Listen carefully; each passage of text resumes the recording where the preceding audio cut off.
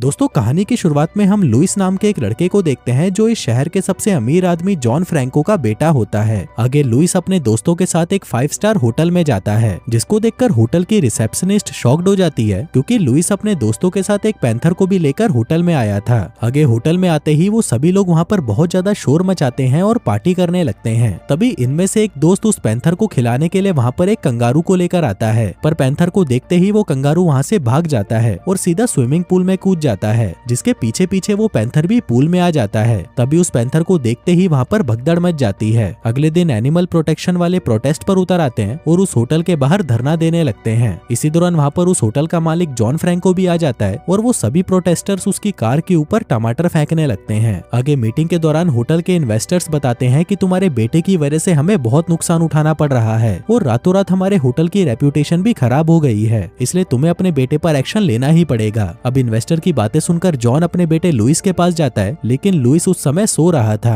तभी जॉन उसे उठाकर उससे पूछता है कि तुमने ऐसा क्यों किया। लुइस कहता है कि मेरी मर्जी, मैं तो ऐसा ही करूंगा। दरअसल लुइस को अपने बाप के पैसों पर बहुत ज्यादा घमंड था। अब उसकी ये बातें सुनकर जॉन और भी ज्यादा गुस्सा हो जाता है और वहाँ से वापस जाते वक्त लुइस के कपड़े उठाकर उन्हें डस्टबिन में फेंक देता है। वो अपने बेटे की हरकतों से बहुत ज्यादा परेशान हो चुका था और उसे कुछ भी समझ नहीं आ रहा था कि वो उसे सुधारने के लिए क्या करे। फिर रात को जब वो अपने घर पर जाता है तो उसकी गर्लफ्रेंड हेलन उस पर बहुत ज्यादा गुस्सा होती है। दरअसल उन लोगों को आज एक इवेंट पर जाना था, लेकिन जॉन टाइम पर घर नहीं आया, जिस वजह से उनका वो इवेंट मिस हो गया था। तभी जॉन उसे उसके बेटे की हरकतों के बारे में बताते हुए कहता है कि मैं इस लड़के से बहुत ज्यादा परेशान हो चुका हूँ। तभी उसे परेशान देखकर हेलन उसे समझाने लगती है कि तुम्हें ऐसे हिम्मत नहीं हारनी चाहिए और तुम्हें लुइस को सुधरने के लिए थोड़ा और टाइम देना चाहिए। फिर अगले दिन जॉन अपने एक फ्रेंड क्रिश्चियन से मिलने जाता है, जो एक मूवी डायरेक्टर था और अभी वो एक एड की शूटिंग कर रहा था। आगे जॉन भी उस एड को देखता है, लेकिन उसे वो एड कुछ ठीक नहीं लगता। लेकिन क्रिश्चियन को किसी के भी ओपिनियन से कोई मतलब नहीं था और वो तो बस अपना काम परफेक्ट चाहता था।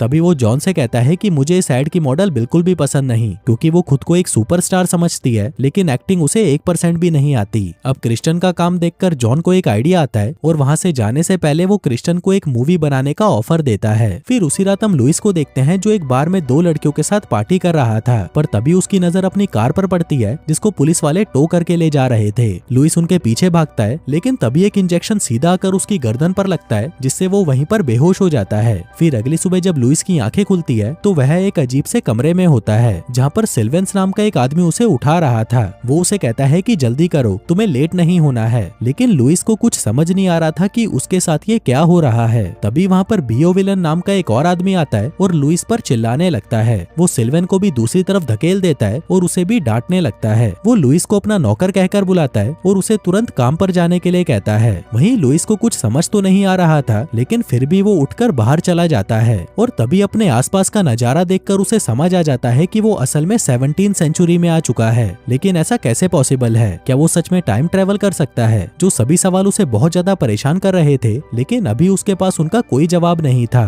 तभी बियो विलन भी उसके पीछे वहाँ पर आता है और उसे जल्दी से काम पर लगने के लिए कहता है। तभी वहाँ पर लुइस विस्काउंट नाम के एक आदमी को देखता है, जो हगने जा रहा था, पर क्योंकि उसे बहुत जोर की लगी हुई थी, इसलिए वो वहीं पर एक बाल्टी में हग देता है। जिसके बाद एक डॉक्टर उसकी टट्टी को गौर से देखता है और उसे उसकी हेल्थ के बारे में बताता है। वहीं ये सब चीजें लुइस भी देख रहा था, जो देखकर उसे लगता है कि वो पागलों के बीच फंस चुका है, इसलिए वो जल्दी से वहाँ से भाग जाता है और जंगलों में चला जाता है। लेकिन तभी उसे रास्ते में भेड़ियों का एक झुंड घेर लेता है, जिनको देखकर वो अपना रास्ता बदल लेता है और दूसरी तरफ भागने लगता है। पर तभी वहाँ पर उसको एस्टिन नाम का एक आदमी मिलता है, जो अपने कुत्तों के साथ उसका पीछा कर रहा था। तभी भागते हुए लुइस एक कीचड़ के दलदल में जा गिरता है, जिस दौरान वो सभी कुत्ते उसे घेर लेते हैं। तभी एस्टिन उसे कहता है कि अगर तुमने फिर से यहाँ से भागने की कोशिश की तो मैं तुम्हें मार डालूंगा। दरअसल विस्काउंट एस्टिन का पिता था और इसी वजह से वो लुइस को ढूंढ रहा था। इसी दौरान वहाँ पर एस्टिन की बहन इजाबेल आ जाती है और उसको कहती है कि इस तरह से नौकरों को ट्रीट करना अच्छी बात नहीं होती। तभी विस्काउंट अपने मेंशन से बाहर आता है और फिर वो सभी लुइस को वहाँ पर छोड़कर चले जाते हैं। तभी वहाँ पर हम एक पक्षी को देखते हैं, जो असल में एक ड्रोन होता है और तभी हमें पता चलता है कि लुइस तो असलियत में वहीं पर है और उसने कभी टाइम ट्रेवल किया ही नहीं, बल्कि ये तो एक मूवी सेटअप है जिसको जॉन फ्रैंको का दोस्त क्रिश्चियन डायरेक्ट कर रहा था। लेकिन इस मूवी के सेटअप को जंगल में लगाना क्रिश्चियन को ठीक नहीं लग रहा था, क्योंकि यहाँ पर जंगली भेड़ियों का बहुत ज्यादा खतरा था।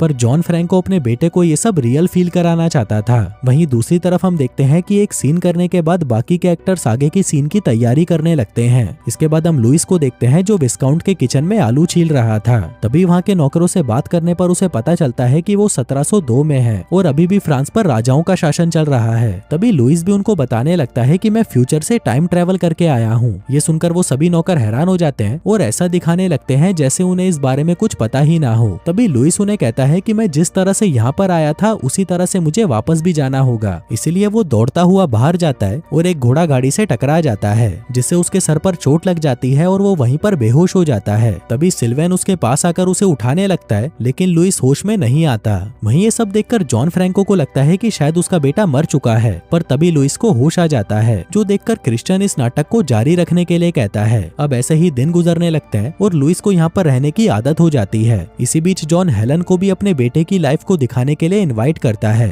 फिर एक दिन लुइस को इजाबेल दिखाई देती है जो कि रो रही थी। तभी उसके पूछने पर वो बताती है कि उसके पिता उसकी शादी एक अमीर बुढ़े से करवाना चाहते हैं, लेकिन वो तो सिर्फ उसी से शादी करना चाहती है जो उससे प्यार करे। तभी लुइस उसे कहता है कि तुम्हें ये शादी कर लेनी चाहिए, क्योंकि वो बुढ़ा कुछ ही दिनों में मर जाएगा और फिर उसकी सारी दौलत तुम्हारी हो जाएगी। जो कहकर वो वहाँ से चला जाता है। वहीं ये सब होता देख हेलन जॉन से कहती है कि ये सब गलत है, तुम ऐसे ही अपने बेटे पर एक्सपेरिमेंट्स नहीं कर सकते। लेकिन तभी जॉन उसे समझाते हुए कहता है कि हम बस ये उसकी भलाई के लिए कर रहे हैं। फिर एक दिन लीजन नाम की एक लड़की घुड़सवारी करके घोड़े से नीचे उतर रही थी और वहीं लुइस दूर से उसे ही देख रहा था। लेकिन जैसे ही लीजन घोड़े से नीचे उतरती है, तभी उसकी चमकीली कच्छी को देखकर लुइस को उस पर शक होने लगता है। वो भागकर उसके पास आता है और उसकी चमकीली कच्छी देखने की कोशिश करता है, पर तभी लीजन उसे धक्का दे देती है और वहाँ से चली जाती है। वहीं ये सब क्रिश्चियन भी स्क्रीन पर देख रहा था और उसे अपने कॉस्ट्यूम डिजाइनर्स पर बहुत गुस्सा आता है। उधर हेलन से ये सब देखा नहीं जा रहा था, इसीलिए वो जॉन से कहती है कि तुम्हें लुइस को किसी ऑब्जेक्ट की तरह ट्रीट करना बंद कर देना चाहिए। जो कहकर वो वहाँ से जाने लगती है, पर तभी वो देखती है कि लुइस लीजन से माफी मांगने के लिए उसके पास जाता है, जो देखकर हेलन को भी लगता है कि शायद इस नाटक से लुइस सुधर सकता है। उधर लुइस लीजन से माफी मांगता है और लीजन भी उसे माफ कर देती है।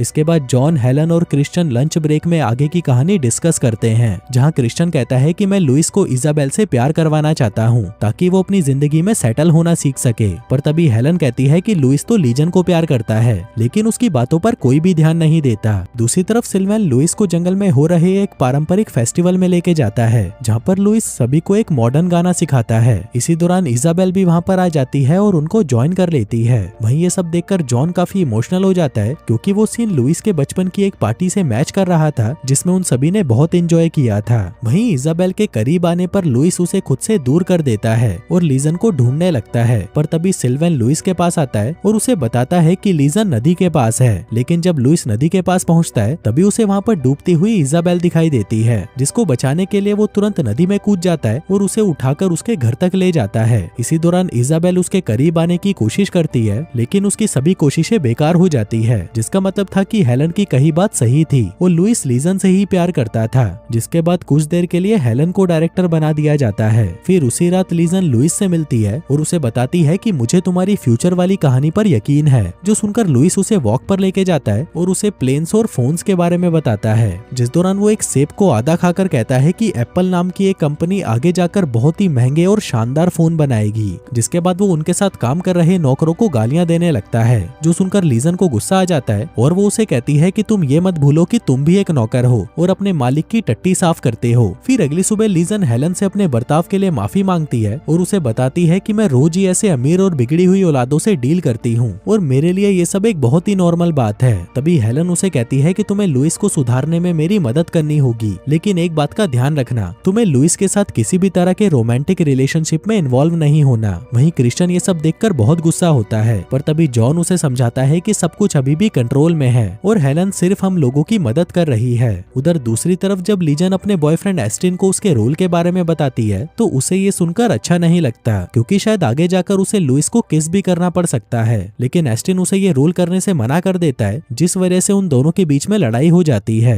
फिर उसी रात लुइस सिल्वन से पूछता है कि पुराने जमाने में लोग कैसे प्यार करते थे, जिस पर सिल्वन उसे किसी खूंखार जानवर की तरह अपनी मर्दानगी दिखाने की सलाह देता है, जिसके साथ ही वो उसे एक भालू का डांस भी सिखाता है, जो कि बहुत ज्यादा घटिया था। फिर अगले दिन लुइस लीजन के लिए वही भालू वाला डांस परफॉर्म करता है और साथ ही उसे एक गाना भी सुनाता है, जो सब देखकर लीजन भी उससे इम्प्रेस हो जाती है। जिसके बाद लुइस सिल्वन के पास आता है और उसे थैंक यू कहता है, क्योंकि उसी की वजह से लीजन उससे इम्प्रेस हो पाई थी। दूसरी तरफ जॉन ने काफी दिनों से अपने बेटे को करीब से नहीं देखा था, इसलिए एक रात वो विस्कॉन्सिन विस्काउंट के कपड़े पहनकर लुइस को देखने के लिए चला जाता है, पर तभी उसे ऐसा करते हुए सिल्वन देख लेता है और जॉन को वहाँ से वापस जाने को कहता है, क्योंकि उसकी इस हरकत से सारा प्लान खराब हो सकता था, जिस वजह से उन दोनों के बीच में लड़ाई हो जाती है। पर तभी लुइस भी जाग जाता है और अपने बाप को पहचान लेता है, पर तभी सिल्वन उसे बेहोश कर देता है और फिर क्रिश्चियन वहाँ पर आकर जॉन को जबरदस्ती वहाँ से ले जाता है। फिर अगली सुबह जब लुइस सोकर उठता है तब वह सिल्वन को बताता है कि उसने सपने में अपने डैड को देखा था। इसी दौरान ब्यू विलन वहाँ पर आता है और उनको बताता है कि एस्टिन मुसीबत में है, इसलिए लुइस को अभी के अभी विस्काउंट ने बुलाया है। आगे जब लुइस विस्काउंट के पास जाता है तो विस्काउंट उसे बताता है कि एस्टिन मुसीबत में है और उसे सजा मिलने वाली है, लेकिन अगर लुइस उसकी जगह वो सजा खुद भुगत ले तो वह एक जमीन का टुकड़ा उसे दे देगा, जिसके साथ ही उसकी शादी उसकी पसंद की किसी भी औरत से करा दी जाएगी। अब लुइस पहले तो मना कर देता है, पर फिर वो सोचता है कि शायद उसके ऐसा करने से वो लीजन से शादी कर सकता है, इसलिए वो मान जाता है।